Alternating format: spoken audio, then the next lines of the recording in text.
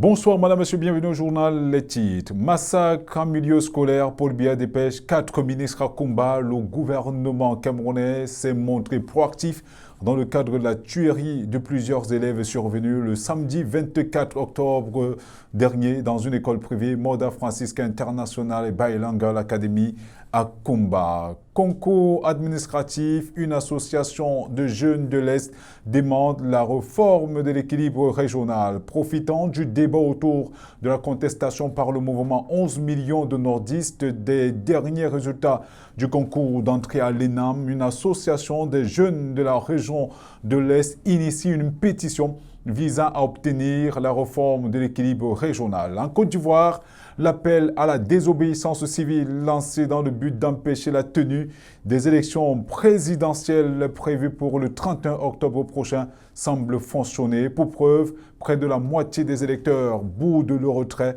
des cartes électorales. Madame, Monsieur, voilà pour les titres de ce journal.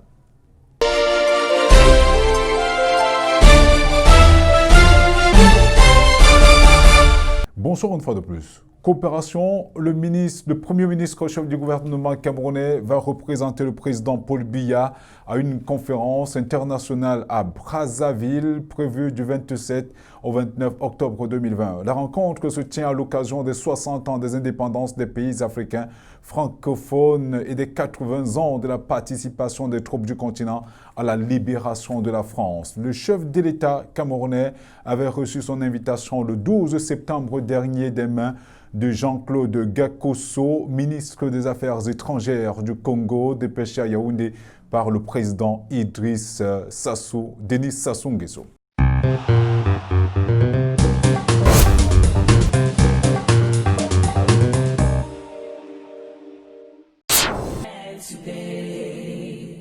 My tomorrow must be greater than today. Massacre en milieu scolaire, Paul Biya dépêche 4 ministres à Kumba. Le gouvernement camerounais s'est montré proactif dans le cadre de la tuerie de plusieurs élèves survenus le samedi 24 octobre dernier dans une école privée Moda Francisca International Bilingual Academy à Kumba. Informé du drame, le Premier ministre chef du gouvernement a immédiatement organisé en début d'après-midi une réunion de crise dans ses services à l'immeuble Étoile à Yaoundé. Le soir, le ministre de la Communication, René Emmanuel Sadi, a donné un point de presse pour exprimer la réaction et le sentiment du gouvernement. Et sur très haute instruction du président de la République, Joseph John Gouté, a dépêché ce 27 octobre une délégation interministérielle à Kumba pour apporter le réconfort du gouvernement aux familles des victimes. Carole Nekwa fait pour nous le tour de cette actualité. Le ministre de l'Éducation de base, le professeur Gaston Etou-Ndingwa, le ministre des Enseignements secondaires, Nalo Vayonga, et le ministre de l'Administration territoriale, Paul Atangandji, ont fait le déplacement ce jour dans la localité de Kumba, située dans la région du sud-ouest Cameroun. Ces derniers sont venus apporter le soutien, la solidarité et le réconfort du président de la République, du gouvernement et du peuple camerounais aux familles des victimes. Une arrivée qui ne semble pas calmer les ardeurs et furies des jeunes lorsqu'on sait qu'en matinée de ce 27 octobre, des jeunes élèves ont effectué des marches dans la ville de Limbé, située dans la région du sud-ouest. Comment la venue de ces pontes du régime pourra soulager ces familles meurtries et cette population qui vivent dans la peur et la terreur? La réponse ne se trouvera certainement pas à travers la série des tweets postés par le président de la République qui a tout d'abord condamné avec la plus grande fermeté ce crime barbare et lâche envers des innocents et par la suite indiqué qu'il a instruit que des mesures appropriées soient prises avec diligence afin que les auteurs de ces actes soient interpellés et traduits devant la justice. Des tweets présidentiels qui n'ont pas fait taire les critiques sur les réseaux sociaux. Chacun y allait de sa sensibilité. D'aucuns demandaient pourquoi attendre 48 heures avant de compatir au drame et d'autres ne comprenaient pas pourquoi le père de la nation ne s'est pas rendu personnellement à Kumba pour compatir avec les victimes. Depuis cette fusillade de samedi dernier, des petits rassemblements de solidarité ont lieu lundi 26 octobre dans diverses villes du pays pour rendre hommage aux 7 enfants tués et à la dizaine de personnes blessées dans l'attaque de Kumba. Il convient de rappeler que depuis le début de cette crise en 2016, les populations vivent entre la peur des exactions des milices séparatistes, des bandes armées et des opérations militaires. Une crise séparatiste qui fragilise le tissu économique. Selon la dernière étude du groupement interpatronal du Cameroun sur l'environnement des affaires, plus de 88% des entreprises camerounaises sont affectées par cette situation et elles auraient perdu plus de 785 milliards de francs CFA de chiffre d'affaires en 3 ans. À Kumba, le service public de santé sous haute instruction du président de la République se mobilise pour venir en aide aux victimes du drame de Kumba. Accompagnement psychologique des familles et prise en charge intégrale des soins. Telles sont quelques mesures prises pour apporter le réconfort et le soutien aux familles encore affligées par la douleur de la disparition tragique de leur progéniture. Régine Linda Ngobitek, reportage. Dans le but d'apporter de l'aide aux victimes du drame de Kumba survenu samedi dernier, le ministre de la Santé publique Dr Manaouda Malachi, sous haute instruction du président Paul Biya, a mis en place hier le 26 octobre 2020 une cellule d'écoute et d'assistance à l'endroit des familles et proches des victimes. Un envoi des équipes pluridisciplinaires composées de psychologues et psychiatres consistant à soutenir psychologiquement ces familles traumatisées par la disparition brutale et tragique de leurs proches. Aussi, la dispensation des soins gratuits à l'endroit de ces familles. On peut d'ailleurs lire sur le compte Twitter de Dr Manaouda Malachi 2 posts sur les dispositifs pris par le gouvernement afin de venir en aide aux proches des victimes du drame de Kumba. Sur l'un de ces posts est écrit « En vue d'accompagner les actions instruites par le chef de l'État dans le cadre du drame de Kumba, j'ai mis en place une cellule de psychologie d'écoute adossée au numéro vert 1511 logé à la Croix-Rouge. Aussi, une équipe ira sur place pour l'assistance psychologique des concernés. Sur l'autre poste est écrit « Suite aux autres instructions du chef de l'État dans le cadre de la barbarie de Kumba, nos équipes médicales ont pris gratuitement en charge une vingtaine d'enfants dans les hôpitaux de Kumba, Boya, Limbe et Mutengene. La moitié d'entre eux est sortie de l'hôpital. Dieu les protège. » Situation triste et inoubliable pour certains, il ne reste plus qu'à espérer que ces différentes mesures prises pour essayer de consoler les populations affligées portent ses fruits. De nombreux anonymes, des influenceurs web et plusieurs stars internationales ne sont pas restés insensibles face au massacre des enfants innocents perpétrés par des présumés séparatistes à l'école Moda Francisca International Bilingual Academy à Kumba. Depuis 3 jours, les messages de soutien, de compassion et de solidarité fusent de partout. Au milieu de cette floraison de soutien, on remarque la compassion souvent rare de plusieurs artistes musiciens internationaux qui ont eux aussi marqué un temps d'arrêt pour décrier l'inacceptable, mais surtout rappeler aux belligérants engagés dans cette guerre fratricide qui a déjà fait plusieurs milliers de morts qu'il est temps de taire les armes et de s'asseoir autour de la table des négociations. Suite à la fusillade du 24 octobre dernier à Kumba qui a fait 7 morts et 12 blessés, le président du Parti camerounais pour la réconciliation nationale a tenu un point de presse le 26 octobre 2020. Au cours de cet échange avec les hommes de médias, l'honorable Cabral Libi a décrié son ras-le-bol sur la situation qui prévaut dans cette localité depuis 4 ans et a également fustigé l'opportunisme politicien et malhonnête d'une partie de la classe politique et de certaines organisations de la société civile qui font de la crise anglophone un fonds de commerce politique et économique et un moyen de règlement de compte avec le régime. L'homme du mouvement 11 millions de citoyens n'a pas manqué de donner ses recommandations pour clore définitivement cette crise et adresser ses encouragements pour les sacrifices consentis par ces enseignants qui bravent chaque jour cette crise afin de donner une meilleure éducation aux enfants de ces 2 régions. Je vous propose d'écouter l'honorable Cabral Libi. Je salue vos sacrifices, votre courage et votre bravoure à offrir à nos enfants dans les régions anglophones une éducation de qualité dans des conditions difficiles. Vous méritez le soutien, les encadrements et les hommages de la nation. Nous en avons marre. Marre de l'opportunisme politicien, malhonnête d'une partie de la classe politique, de certaines organisations dites de la société civile qui font de la crise anglophone un fonds de commerce politique et économique et un moyen de règlement de comptes avec le régime. Le moment de taire définitivement les amalgames et les mensonges C'est le lieu encore de rappeler que déjà entre anglophones, il n'y a jamais eu consensus de départ autour de la réunification. Quand vint le moment des indépendances, il y eut en effet des divergences étanches. Quand les uns voulaient le rattachement au Nigeria, c'est le cas du docteur Emmanuel Ndele du Cameroun National Congress, de PM Kale et Nirius Mbile du Cameroun People's Party. Toujours dans ce chapitre, nos reporters Caméra au point ont sillonné certaines artères de la métropole économique du Cameroun. Je vous propose de les écouter. À mon avis, je pense que quelles que soient les colères que nos frères anglophones peuvent avoir, les enfants, ce sont des innocents. Et ils ne devraient pas être victimes de tout ce qui se passe. Parce que c'est, à mon avis, une affaire politique où les innocents qui n'ont rien demandé d'autre que d'aller à l'école sont maintenant assassinés comme des poulets.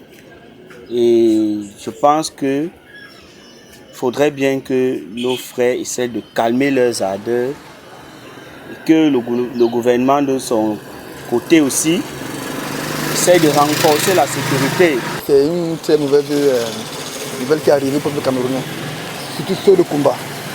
Donc nous demandons vraiment aux autorités de trouver vraiment, de faire une enquête le plus tôt possible et rapidement de pouvoir trouver ces coupables et de notre faire dans cette guerre. Donc en tant que père, c'est vraiment inacceptable. Donc de voir ces enfants aller le matin à l'école et rentrer avec eux, et aller plutôt à la mort. Donc pour nous c'est trop compliqué, il faut vraiment trouver des solutions pour que ça cesse. J'aime pas beaucoup de choses pour dire. J'ai seulement une question pour poser. Où était la sécurité? Où était la sécurité? Parce que notre président nous avait promis que les enfants partent à l'école, qu'il va mettre la sécurité. Où était la sécurité là? Tu vois, quand j'ai vu mes frères de combat souffrir, je me suis sentie très mal parce que je me suis demandé s'il n'y a pas peut-être un président dans ce pays parce que les enfants, ils ont quoi en commun avec cet acte? Ils ont fait quoi pour qu'on leur fasse cela? Qu'est-ce qu'ils ont fait pour commettre ce genre de crime? Parce que je ne sais pas, moi j'ai eu mal quand j'ai vu ça. Par rapport à ce qui s'est passé au niveau de Kumba, c'est la désolation totale. C'est de l'imaginable. Parce que c'est inadmissible qu'au jour d'aujourd'hui, certains Camerounais se comportent comme, je ne sais pas, des fantômes. Parce que chaque fois, c'est pour cette raison qu'on parle toujours des droits de l'homme. Les droits de l'homme ne sauraient être les droits des professionnels de l'intoxication, je ne sais pas, des tueries et tout ça. Non, ça nous n'acceptons pas ça. Nous n'acceptons pas ça. Nous, en tant que des défenseurs des droits de l'homme, ça c'est que le gouvernement prenne tous les actes nécessaires pour pouvoir éradiquer cette situation-là. Donc, nous sommes en plein avec le gouvernement du Cameroun. My tomorrow must be greater than today.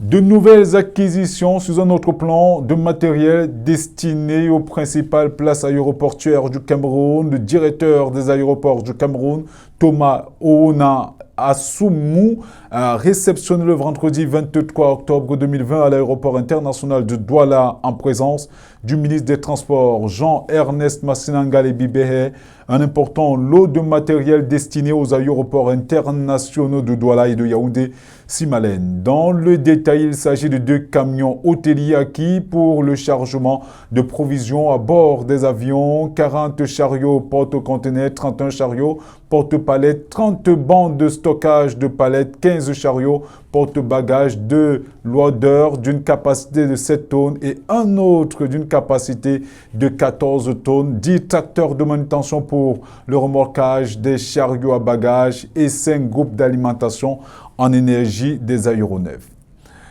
Concours administratif, une association des jeunes de l'Est demande la réforme de l'équilibre régional. Profitant du débat autour de la contestation par le mouvement 11 millions de nordistes des derniers résultats du concours d'entrée à l'INAM, une association des jeunes de la région de l'Est initie une action visant à obtenir la réforme de l'équilibre régional. Elle vient en effet de lancer une pétition pour refonte des quotas d'admission au concours administratif. La présente pétition vise à obtenir la magnanimité habituelle du chef de l'État camerounais Paul Biya pour que, sous sa haute sagesse, de nouveaux quotas soient fixés et que, dans l'idéal, le principe d'une répartition équitable des places soit consacré, à savoir 10% de places et par région. Solidarité, c'est avec la main sur le cœur que le ministre Jean-Ernest Masséna-Ngalé Bibéhé, à travers la fondation La Main Tendue, va apporter le soutien et le réconfort aux enfants démunis de la Sanaga maritime dans la région du littoral Cameroun. Cette cérémonie de remise de dons aura lieu le samedi 31 octobre 2020. Lesline Fumba, reportage. C'est le désir de voir les enfants démunis et défavorisés porter un sourire que le ministre des Transports, M. Jean-Ernest Masséna-Ngalé Bibéhé, au travers de la fondation La Main Tendue, va organiser une cérémonie de remise des dons ce 31 octobre 2020 à l'esplanade de la préfecture d'Edéa dès 9h. Les dons sont constitués des bourses d'études aux meilleurs élèves des 11 arrondissements de la Sanaga maritime, des fournitures scolaires, des produits alimentaires et des kits sanitaires. Et dans 6 orphelinats, parmi lesquels le centre d'accueil samaritain Maison 2 Amours, Espérance de Mbongo. L'association La Main Tendue par cette action va ainsi se rapprocher des couches les plus vulnérables de la Sanaga maritime. Soucieux de la santé des populations, cette cérémonie sera organisée dans le strict respect des mesures barrières contre la Covid-19. En Côte d'Ivoire, l'appel à la désobéissance civile lancé dans le but d'empêcher la tenue des élections présidentielles prévues pour le 31 octobre prochain semble fonctionner. Pour preuve, près de la moitié des électeurs boudent le retrait des cartes électorales, une fois de plus. Lesline Fumba. L'élection présidentielle en Côte d'Ivoire ne semble pas susciter un très grand intérêt au sein de la population. Le premier tour de cette élection, prévu pour le 31 octobre 2020, soit dans 4 jours, devrait réunir près de 7,5 millions de citoyens. Malheureusement, plus de la moitié des électeurs inscrits sur les listes électorales ont choisi de ne pas aller récupérer leur carte électorale dimanche dernier, délai prévu par la commission électorale indépendante. Déjà que cette commission avait constaté un refroidissement des retraits des cartes dues aux appels à la désobéissance civile des militants de l'opposition qui conteste toujours la tenue de cette élection prévue pour le 31 octobre prochain. Asiki Sangaré, secrétaire général du FPI, du candidat Pascal Afingessa, se montre satisfait du respect à l'appel de la désobéissance civile et estime que la commission a gonflé les chiffres. Une réunion de la coalition d'opposition s'est tenue le 26 octobre dernier dans le but d'étendre cette désobéissance civile sur tout le territoire. Dans les pays du Maghreb, des manifestations se poursuivent à la suite des propos du président français Emmanuel Macron sur l'islam. Après l'assassinat de l'ancien Samuel Paty Soulion, le décapité dans un attentat pour avoir montré les caricatures du prophète Mahomet dans ses cours, Emmanuel Macron avait promis que la France continuerait de défendre les caricatures du prophète Mohamed. Des propos qui ne passent pas pour les manifestants réunis du côté de la ville de Libye à Tripoli, notamment mais également au Koweït, où les banderoles expliquent quels produits boycottés suite aux propos d'Emmanuel Macron. Carole Noukwa refait le tour de cette actualité. L'intégrité, l'honneur de la France et de son président n'ont jamais été aussi bafoués. La communauté musulmane du Proche et Moyen-Orient est en colère contre la France et ne lésine pas sur ses actes pour le démontrer. Depuis vendredi dernier, des appels à ne plus acheter de produits français ont été relayés sur les réseaux sociaux. Des agences de voyage du Koweït ont suspendu les réservations de vols vers la France. Et samedi dernier, près de 200 personnes se sont rassemblées devant la résidence de l'ambassadeur de France en Israël et des photos d'Emmanuel Macron ont été brûlés à Gaza. La cause de cette échauffourée musulmane, les déclarations du président de la République de France au sujet de l'islam et du droit de caricaturer le prophète Mahomet. Des déclarations qui ont sonné comme un blasphème pour ces adeptes de l'islam, car toute représentation du prophète est interdite dans l'islam. Pour ces manifestants, celui qui atteint à l'honneur de Mahomet atteint à l'honneur de tout un peuple. Dans un communiqué signé du Hamas, premier groupe armé de la bande de Gaza, celui-ci a dit prévenir la France des conséquences que pourraient avoir les déclarations d'Emmanuel Macron sur les caricatures. Insulter les religions et les prophètes ne relève pas de la liberté d'expression, mais favorise plutôt une culture de la haine, a-t-il précisé. Le djihad islamique, deuxième groupe armé de Gaza, quant à lui, a martelé qu'offenser l'islam et son prophète Mahomet était une ligne rouge qui ne pouvait être tolérée, et dans un communiqué publié par l'Organisation de la coopération islamique qui réunit près de 57 pays pour la plupart musulmans, la publication de caricatures de Mahomet en France est une attaque systématique et continue contre les sentiments de personnes de confession musulmane. Elle a déploré par ailleurs le discours de certains responsables français sont les désignés qui, selon elle, alimentent des sentiments de haine au nom de gains politiques partisans. Dans un discours télévisé, le président turc Recep Tayyip Erdogan s'en est pris à Emmanuel Macron. Tout ce qu'on peut dire d'un chef d'État qui traite des millions de membres de communautés religieuses différentes de cette manière, c'est d'aller d'abord faire des examens de santé mentale. Une attaque du président turc qui a suscité une vive réaction de l'Élysée et des diplomates européens. L'Élysée a dénoncé l'outrance et la grossièreté du président turc et a jugé ses propos inacceptables. Le Quai d'Orsay a déploré l'absence de toute marque officielle de condamnation ou de solidarité des autorités turques après l'attentat terroriste de Conflans-Sainte-Honorine. Il a considéré les propos du président turc comme étant une propagande haineuse et calomnieuse contre la France. Le chef de la diplomatie européenne, Joseph Borrell, a appelé le président turc à cesser cette spirale dangereuse de confrontation. Il convient tout de même de rappeler qu'en vertu des accords fondateurs de l'Union européenne, si un État, quel qu'il soit, boycotte des produits français, alors c'est toute l'Union européenne qui prendra des sanctions contre cet État. Une convention qui devrait inciter ces États islamiques à mesurer leur position. Madame, Monsieur, c'est sur cette information que nous mettons un terme à ce journal. Une fois de plus, toutes nos condoléances aux familles des enfants sauvagement assassinés à Kumba. Retrouvons-nous demain, 20h.